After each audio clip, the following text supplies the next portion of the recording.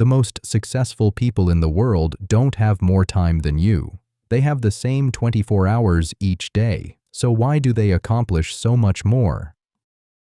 The answer isn't about working harder or sleeping less. It's about working smarter. It's about understanding that time is your most valuable, non-renewable resource and learning to manage it strategically. Here's the uncomfortable truth. Most people are losing the time management game without even realizing it. They're busy all day but accomplish little. They're exhausted but unproductive. They're constantly stressed but making minimal progress on what truly matters. Why? Because they're playing by the wrong rules. They treat all tasks equally. They say yes to everything. They let distractions steal their focus. They work until they burn out. They mistake activity for achievement, and they wonder why, despite all their effort, they never seem to get ahead. Today, we're exploring 11 powerful time management principles that will transform how you approach your days. These aren't just tips, they're strategies used by top performers to maximize impact while maintaining balance and avoiding burnout.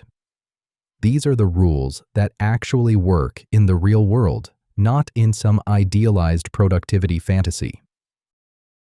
By the end, you'll understand why time management isn't about doing more. It's about doing the right things, eliminating distractions, and maintaining balance for sustainable high performance. You'll learn how to work less but achieve more, how to be busy less but productive more, how to feel stressed less but accomplished more. Tip 1. Time is your most valuable asset. Time is your most valuable asset, not money, not connections, not talent, time. Because time is the only truly non-renewable resource you have. You can make more money or build new relationships, but once a moment passes, it's gone forever. Every day you wake up with 86,400 seconds. By day's end, everyone will be spent. The question isn't whether you'll spend them. You have no choice. The question is, what will you get in return? Most people treat time carelessly. They let it slip away on activities that don't matter, on distractions providing momentary pleasure but no lasting value. They act as if time is infinite, as if there will always be more tomorrow. But here's the reality. You don't know how many tomorrows you have. Every minute you waste on something that doesn't align with your priorities is a minute you'll never get back. When you truly understand that time is your most valuable asset, your decision-making changes. Every decision becomes a trade-off. When you say yes to one thing, you're automatically saying no to everything else. When you agree to attend that meeting, you're trading away time you could spend with family, working on a meaningful project, or simply resting. The most successful people treat their time like the precious resource it is. They guard it fiercely. They're selective about what they allow into their schedules. They understand that protecting their time is protecting their life itself. Think of it this way. If someone offered you $86,400 each morning, but any amount you didn't spend would disappear by midnight, would you let any go to waste? That's exactly what happens with your seconds each day. Start treating them accordingly. Tip 2. Break big tasks into small, actionable steps. One of the biggest productivity killers is overwhelm. You look at a massive project and your brain freezes. Where do you even start? The task feels so big, so complicated, so daunting that you end up procrastinating, avoiding it entirely, or half-heartedly dabbling without making real progress. The solution: take any large task and break it down into small, actionable steps. Not just smaller tasks, but specific, concrete actions you can take right now.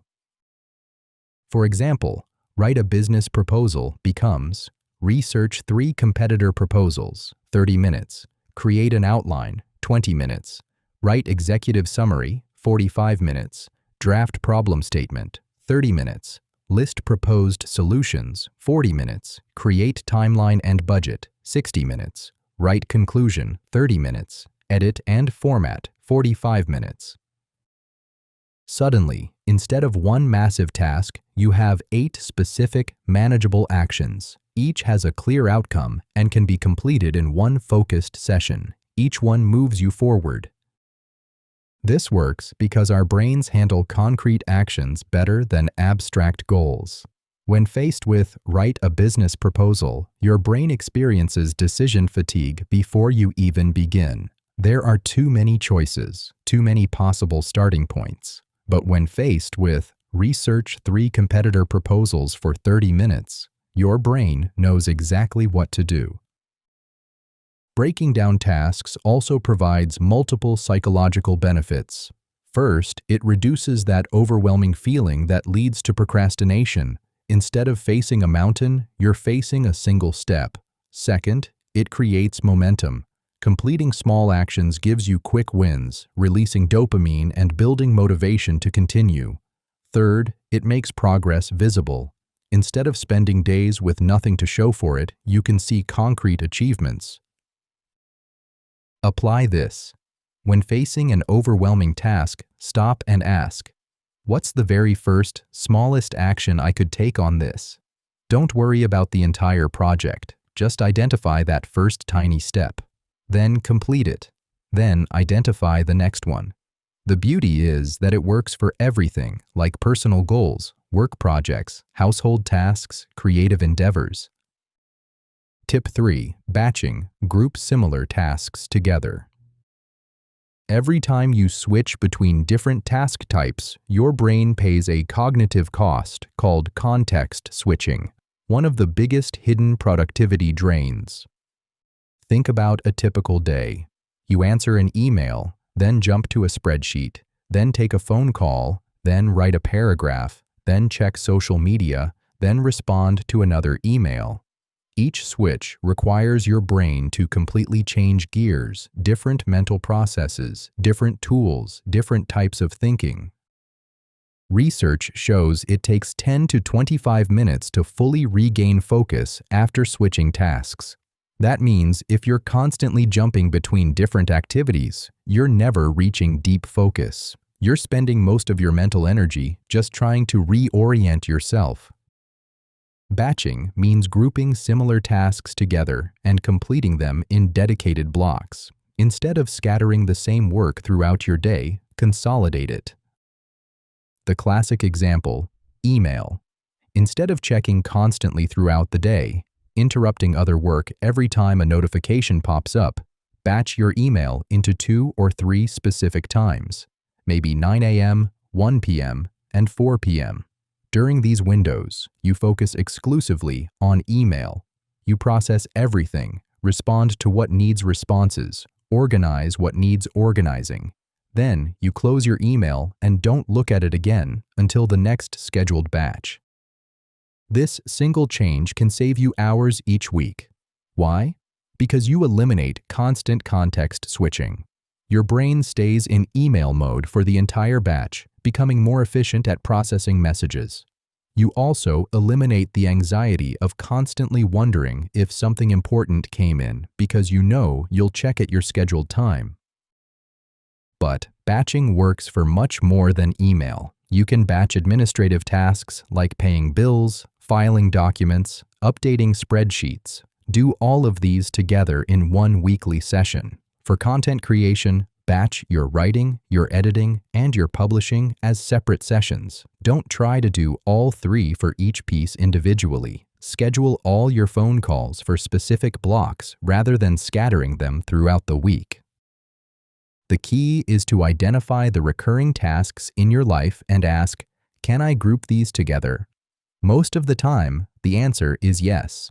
Batching works because when you do similar tasks consecutively, you build momentum. You develop a rhythm. Your brain optimizes for that specific work. The first email might take 5 minutes to process, but by the 20th email, you're processing them in 2 minutes because you've hit your stride. Tip 4. Plan clearly to know your most important tasks.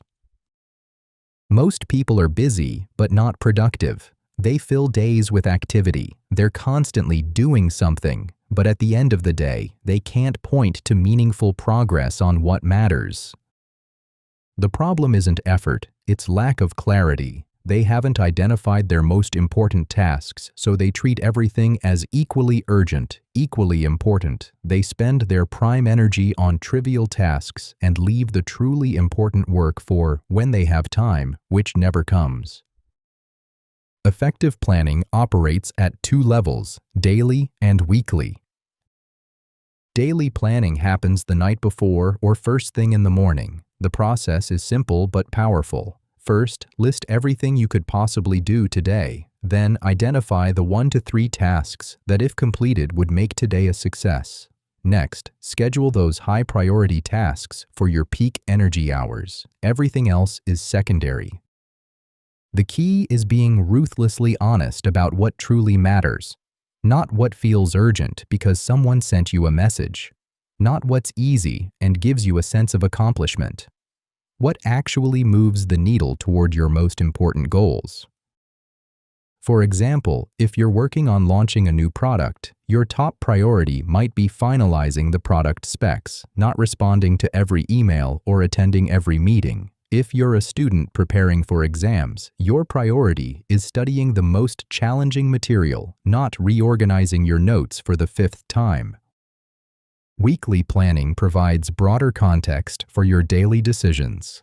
Set aside 30 minutes at the start or end of each week to review your major goals and projects. Identify the key outcomes you want to achieve this week. Break those outcomes into specific tasks and distribute those tasks across your week, considering your energy levels and other commitments. Weekly planning ensures you're not just reacting to whatever comes up each day. You have a strategic framework guiding your daily choices. When you clearly identify your most important tasks, everything becomes easier. You can say no to requests that don't align. You can delegate or defer less important work without guilt. You can move with confidence because you know exactly what deserves your focus. Many people resist planning because they think it's rigid or time-consuming. But planning actually creates flexibility. When things inevitably change, you can make informed decisions about what to adjust because you know what's actually important. The 15 to 30 minutes invested in planning saves hours of wasted effort on low-value activities. Tip 5. Asymmetric planning, the 80-20 principle. Most people treat all tasks as equally important. They give the same time and energy to low-impact activities as high-impact ones. It's democratic, it feels fair, but it's devastating to productivity. The truth: roughly 80% of your results come from 20% of your efforts.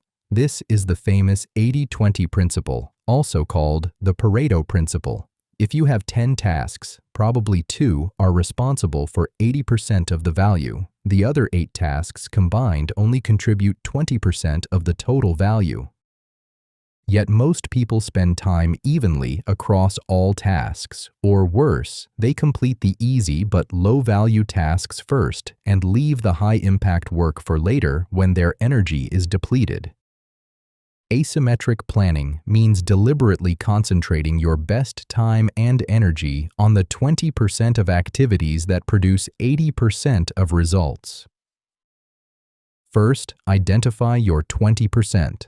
Look at all your tasks, projects, and activities. Ask, if I could only complete a few tasks, which would create the most value? These are your high-leverage tasks. Maybe it's closing that major client, writing that important proposal, or having that difficult but necessary conversation. These tasks might be uncomfortable, complex, or time-consuming, but their impact is disproportionately large. Second, protect 80% of your best time for the top 20% tasks. This is the crucial step. Most people do this backwards. They give their best morning hours to email and busy work, then try to tackle important work in the afternoon when they're mentally drained. Instead, block out your peak energy hours exclusively for high-impact work. Schedule them first before anything else enters your calendar. Third, find the minimum effective dose for everything else.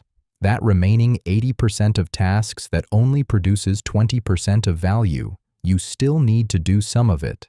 But instead of giving it equal treatment, ask, what's the minimum I can do here to get acceptable results? Can you delegate it, automate it, do a simpler version, batch it into leftover time slots?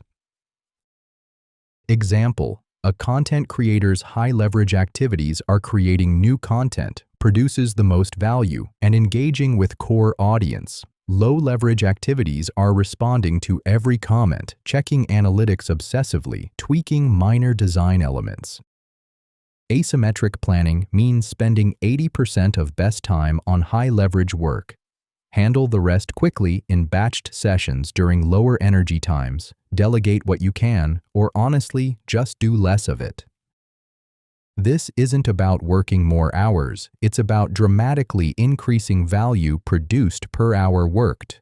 Two people could work the same amount of time, but the one practicing asymmetric planning will achieve far more because they're consistently focused on high-leverage activities. Tip 6. Set deadlines for everything. Tasks expand to fill the time available. That's Parkinson's Law. Give yourself a week for a 2-hour task. It will somehow take the full week. Your brain will find ways to complicate it, overthink it, perfect it, or simply procrastinate until the deadline forces action. But give yourself 2 hours with a hard deadline. You'll find a way to complete it. The problem is that most tasks don't have real deadlines. We have vague intentions like, I should get to that soon. I'll do it when I have time. It would be nice to finish this by next month. These aren't deadlines. They're wishes, and wishes don't create urgency or focus. Setting concrete deadlines transforms intentions into commitments. They create structure, force prioritization, and trigger your brain's focus mechanisms. But I'm not just talking about external deadlines, those dates your boss or client sets. I'm talking about creating deadlines for yourself, for your own projects and goals. Make deadlines specific and concrete. Not finish this project soon, but complete first draft by Friday at 3 p.m. Not get healthier, but run a 5K by October 15th. The more specific, the more real it becomes in your mind. Make them public when possible. Tell someone about your deadline. Post it where you'll see it. Better yet, create accountability by linking your deadline to commitments with others. When other people know about your deadline, you're much more likely to honor it. Build in buffer time. Don't set deadlines so tight that any small obstacle causes failure. Add 20 to 30% more time than you think you'll need. This prevents the stress and quality compromises that come from constantly being behind schedule. Break large projects into milestone deadlines. Don't just have one deadline for a huge project. Create interim deadlines for each phase.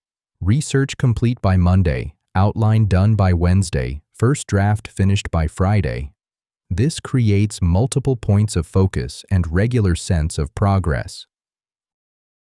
When you consistently use deadlines, your brain starts taking your own commitments seriously. You develop a reputation with yourself as someone who follows through.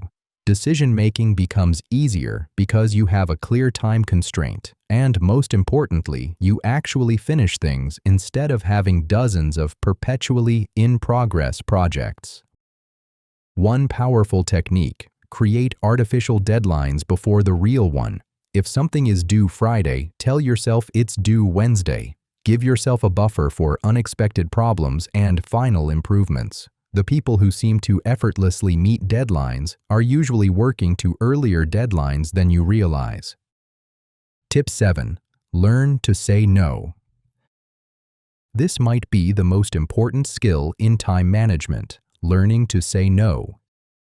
Saying yes feels good. It makes people happy, makes you feel helpful, capable, needed. It avoids conflict. It keeps options open, so we default to yes, even when saying yes means overcommitting ourselves, even when it means saying no to our own priorities. But every yes is automatically a no to something else. When you say yes to that meeting, you're saying no to focused work time. When you say yes to that social commitment, you're saying no to rest or personal projects. When you say yes to someone else's priority, you're saying no to your own. Most people live in constant overcommitment. Their calendar is packed with obligations they don't really want, projects they don't care about, favors that drain their energy. They're busy all the time, but making little progress on what matters to them. Why? They never learned to say no. The most productive people are masters of selective yes. They understand that their time and energy are finite resources. They can only take on so much before quality suffers, before they burn out, before they lose focus on their real priorities. So they're intentional and strategic about what they agree to. Get clear on your priorities. You can't say no effectively if you don't know what you're saying yes to.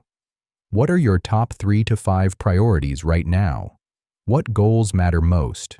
When you have crystal clarity on this, decisions become easier. Anything that doesn't serve these priorities becomes an obvious no. Understand the true cost. When someone asks for your time, don't just consider the immediate time commitment.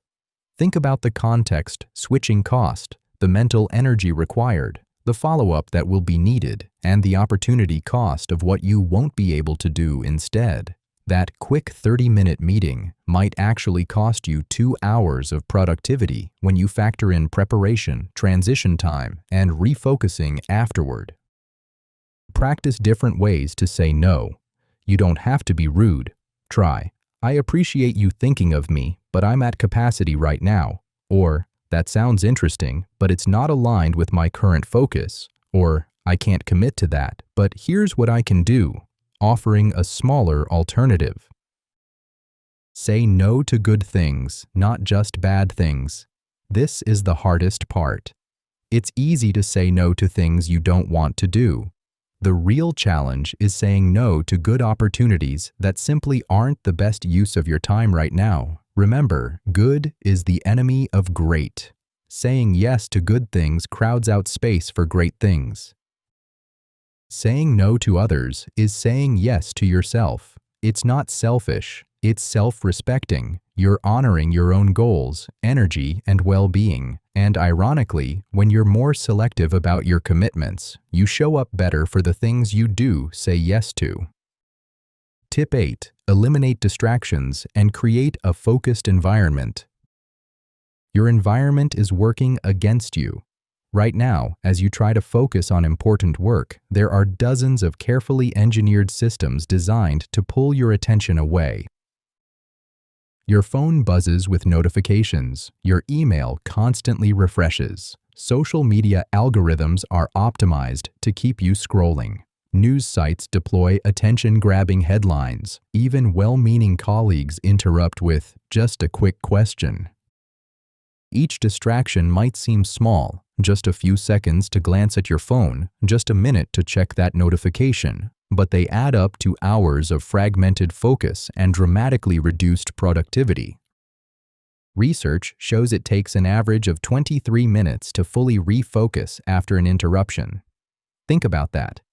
Every time you check your phone, respond to a non-urgent message, or let yourself get pulled into a distraction, you're essentially giving away more than 20 minutes of productive time.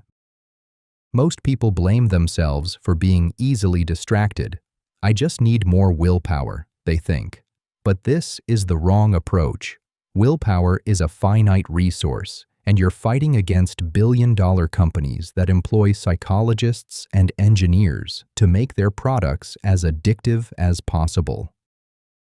The solution is environmental design. Instead of relying on self-control, structure your environment to make focus easy and distraction difficult. For your digital environment, turn off all non-essential notifications. Seriously, all of them. You don't need to know instantly about every email, message, or app update. Use website blockers during focus time. Tools like Freedom, Cold Turkey, or Focus can temporarily block distracting websites. Keep your phone in another room during deep work sessions. Out of sight, out of mind. Use a separate browser or profile for work with no social media bookmarks. Designate specific times to check email and messages. For your physical environment, clear your desk of everything except what's needed for your current task. Physical clutter creates mental clutter. Use noise-canceling headphones or play focus music to block auditory distractions. Face away from high-traffic areas if possible. Keep water and snacks nearby so you don't need to leave your focus zone. For your social environment, communicate your focus blocks to colleagues, family, or roommates. Let them know when you're unavailable. Batch your communication instead of being constantly available. Learn to say, "I'm in the middle of something. Can we talk at 2 p.m.?" Start with your single biggest distraction. For most people, that's their smartphone. Try one deep work session with your phone in another room. Experience truly uninterrupted focus. Use time blocks like the Pomodoro technique. 25 minutes of focused work, 5-minute break. Repeat. During those 25 minutes, nothing else exists. One task, complete focus. Creating a focused environment isn't about becoming a hermit. It's about being intentional with your attention and creating conditions where your best work can emerge. Tip 9. Think in weekly wins, not daily perfection. Many productivity-minded people try to have a perfect day. They create an idealistic schedule where everything goes according to plan, where they accomplish everything on their list, where they maintain perfect discipline from morning to night. Then reality hits. An unexpected call comes in. A family member needs help. They sleep poorly and wake up exhausted. A task takes longer than expected. By noon, their perfect plan is in ruins, and they feel like a failure. They think, well, this day is already shot, might as well give up, and they abandon their efforts entirely. This is the perfectionist trap, and it's killing your productivity. The alternative is thinking in weekly wins rather than daily perfection. Instead of demanding that every single day be flawless, you measure your success across the entire week. This simple shift in perspective changes everything. At the start of each week, identify 3 to 5 key outcomes you want to achieve by week's end. Not daily tasks, but weekly results. Maybe it's complete the first draft of the proposal, have 3 important client conversations, exercise 4 times, make meaningful progress on the home project. You don't assign these to specific days, you just commit to achieving them by week's end. This creates flexibility. If Monday is chaos, that's okay. You have Tuesday through Friday. If you miss your workout Wednesday, you can make it up Thursday. If one task takes longer than expected, you can adjust the rest of your week accordingly. This approach is psychologically powerful for several reasons. It prevents all or nothing thinking. When you're not demanding perfection each day, a rough morning doesn't derail your entire week. You simply recalibrate and continue. It accommodates reality. Life is unpredictable. People get sick. Emergencies happen. Unexpected opportunities arise. Weekly thinking builds in the flexibility to handle these without falling apart. It reduces stress. You're not starting each day with anxiety about whether you'll execute your perfect plan. You have breathing room, knowing that as long as you achieve your weekly outcomes, you're successful. It enables better decision-making. When something unexpected comes up, you can make intelligent trade-offs. This urgent matter needs attention today, but I can shift my planned task to tomorrow without affecting my weekly goals. It creates sustainable momentum. People burn out trying to maintain daily perfection. Weekly wins are maintainable long-term because they're realistic. Sunday or Monday, set your weekly wins. Daily, check against your progress.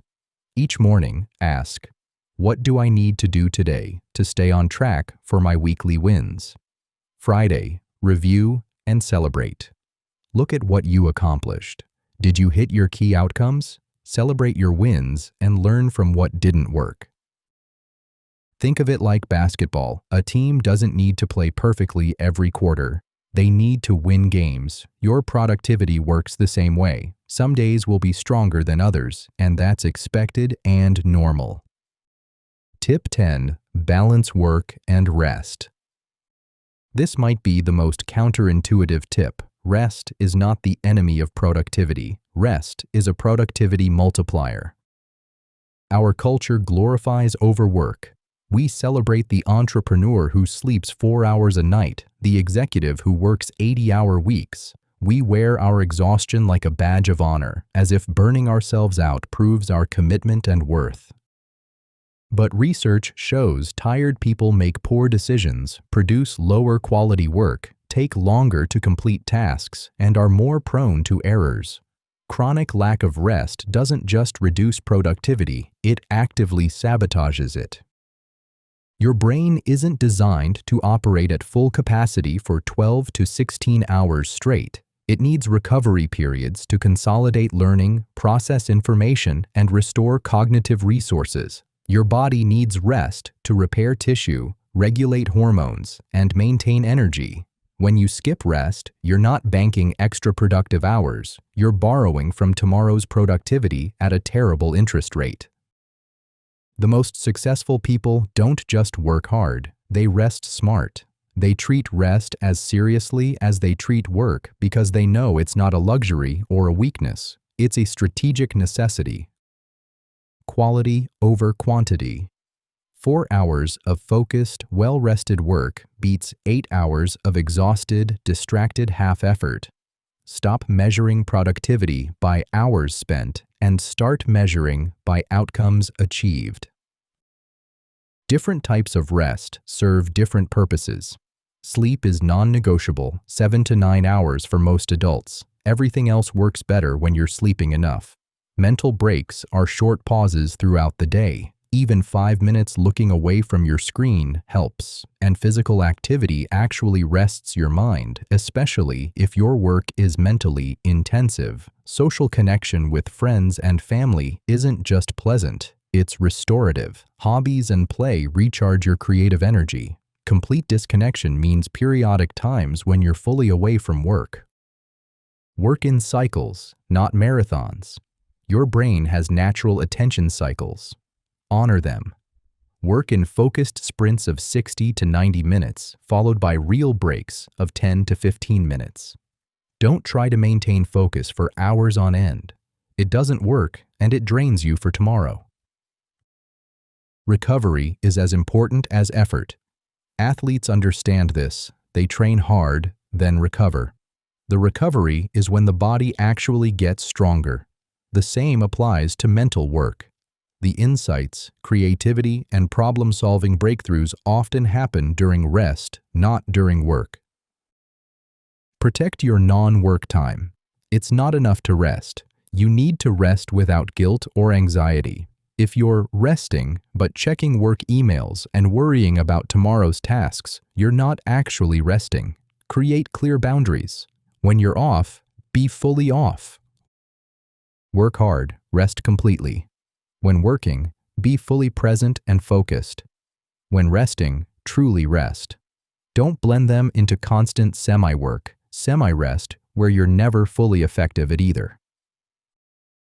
Take breaks before you need them. Don't wait until you're completely burned out. Prevention is far more effective than recovery. If you rest strategically and regularly, you'll rarely need to recover from burnout because you won't burn out in the first place. Tip 11. Schedule recovery blocks. Intentionally. It's not enough to theoretically value rest. You need to actually schedule it with the same intentionality you schedule work. Most people fill their calendar with meetings, deadlines, and commitments. Rest happens in leftover gaps, if there are any. It's accidental, spontaneous, whenever they happen to have a free moment. I'll rest when I'm done with this project. I'll take a break when things slow down. But things never slow down. Projects lead to more projects. One deadline is followed by another. The gaps never materialize, or when they do, they're filled with catching up on all the things that piled up while you were busy. This is why recovery must be scheduled intentionally. You need to block out time for rest with the same commitment you block out time for important work. These are your recovery blocks, and they're non-negotiable. Daily recovery blocks. Schedule your lunch break like you schedule meetings. Don't work through it. Don't eat at your desk while checking email. Take a real break. Block out 15 to 30 minutes mid-morning and mid-afternoon for mental rest. Step away from work completely. Take a walk, do some stretching, sit quietly, whatever helps you reset. Protect your evening routine. If you need an hour after work to transition and recharge, schedule it. Don't let work bleed into every evening. Weekly recovery blocks. Designate at least one full day as a rest day, not a "I'll just check a few emails" day. A real rest day where you don't work. Schedule activities that recharge you. If hiking restores you, put it on the calendar. If reading energizes you, block out time for it. Make rest active and intentional, not just passive collapse. Monthly and quarterly recovery blocks. Schedule longer breaks like a long weekend, a staycation, an actual vacation. Book them in advance before your calendar fills up with work commitments. Create regular review days where you assess your systems, energy, and balance. Use these to adjust your approach before you burn out. The key principle: if it's not on your calendar, it doesn't exist. Rest that's left to chance rarely happens. Rest that's scheduled is protected. When rest is scheduled, you can work with greater intensity because you know recovery is coming. You're not trying to pace yourself indefinitely. You're sprinting toward a scheduled rest period. This actually increases the quality of both your work and your rest. Also, scheduled breaks prevent decision fatigue. You're not constantly wondering, should I take a break now? Can I afford to rest? The decision is already made. The break is scheduled. You just follow your calendar. One crucial point: scheduled rest doesn't mean rigid rest. If you've scheduled a break but you're in flow and making great progress, you can adjust. The schedule is there to ensure rest happens, not to interrupt productive work. Similarly, if you're completely drained before your scheduled break, take it early. Schedule it preventatively. Take breaks before you're exhausted. Rest before you're burned out. This keeps you operating at a much higher level consistently. You schedule work because it's important. You schedule meetings because they're important. Shouldn't you schedule rest if it's equally important to your long-term productivity and well-being? The answer is obvious. Rest deserves calendar space. We've covered 11 powerful principles that can transform how you approach time and productivity. But knowing these principles isn't enough. You need to apply them. Time is your most valuable asset. To manage it well, focus on what truly matters, minimize distractions, and maintain work-rest balance for sustainable high performance. Time management isn't about doing more. It's about doing the right things that move you toward your goals, align with your values, and create meaningful results. Every principle helps you make better decisions about your finite time. Break down overwhelming tasks, batch similar activities, plan clearly, focus asymmetrically on high-impact work, set deadlines, say no to protect priorities, eliminate distractions, think in weekly wins, balance work and rest, schedule recovery. These aren't just productivity hacks. They're a philosophy of living intentionally, treating your time with respect, and designing days around what truly matters. But don't try to implement all 11 tips at once. Choose one principle that resonates most. Maybe it's learning to say no. Maybe it's batching tasks. Maybe it's scheduling recovery. Pick one, implement it for a week or two until it becomes natural, then add another. Small, consistent improvements compound over time. The person who implements one principle well is far more effective than someone who tries to implement all 11 poorly. Time management is not about perfection, it's about progress, making slightly better decisions today than yesterday, gradually building systems and habits that allow you to spend more time on what truly matters. Start today.